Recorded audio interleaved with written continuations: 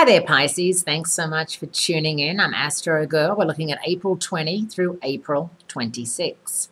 And the sun moves out of Aries and joins Mars in Taurus, your third house of communication, siblings, knowledge, environment.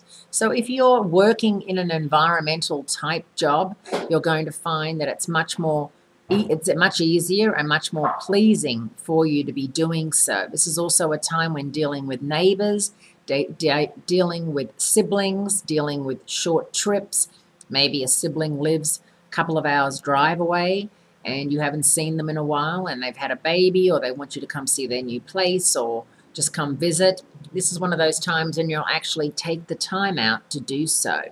So the sun and Mars, the planet of passion, meeting up in Taurus, also meet up with Pluto, which is a very strong-minded sign, and that's in Capricorn, your 11th house of hopes, dreams, wishes, and friendship. So it's a really good time for you to be mixing and mingling with anyone born under the sign of Taurus, Capricorn. They're really good contacts for you, as are Scorpios, and people that you can put a lot of trust in, especially if you're dealing with them on a business level. If you're dealing with them on a romantic level, it's actually a very good connection, and it's actually a very lusty connection because, of course, you're a water sign, they are earth signs, and together water and earth make mud, and mud sticks together. So that's always a nice thing to think about.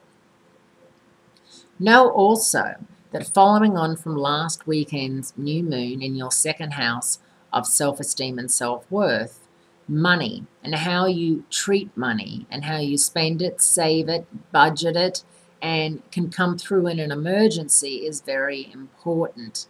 Unfortunately, it's not easy because, especially if you have children or you're looking after family or you're heavily in debt, it's very difficult to dig any way out of that. It's important, however, to remember that even people who make millions of dollars a year have trouble budgeting and have trouble sometimes coming up with money, believe it or not. So it's just simply a matter of knowing what you make, knowing what you have to outlay for basic expenses, mortgage and a car and electricity, and then what you have left over and not going anywhere outside of that. And if you don't have to spend what you have left over and keep that for the proverbial rainy day, that's great too. Interestingly enough, Pisces, and in an astrology book I read quite a while ago, they're the richest sign, Pisces. So you do have a wonderful ability to make money. Rupert Murdoch, for example, is a Pisces, and he's one of the richest men in the world. And I find that really interesting that I always think of Pisces as being creative and, off dancing around hippy-dippy Woodstock, and I'm completely off base with that. A lot of Pisces I know are like that, but then there's other Pisces who are leading the way in the world and making a small fortune doing so. So make sure you're one of those Pisces, one swimming upstream, one down. Be an upswimmer.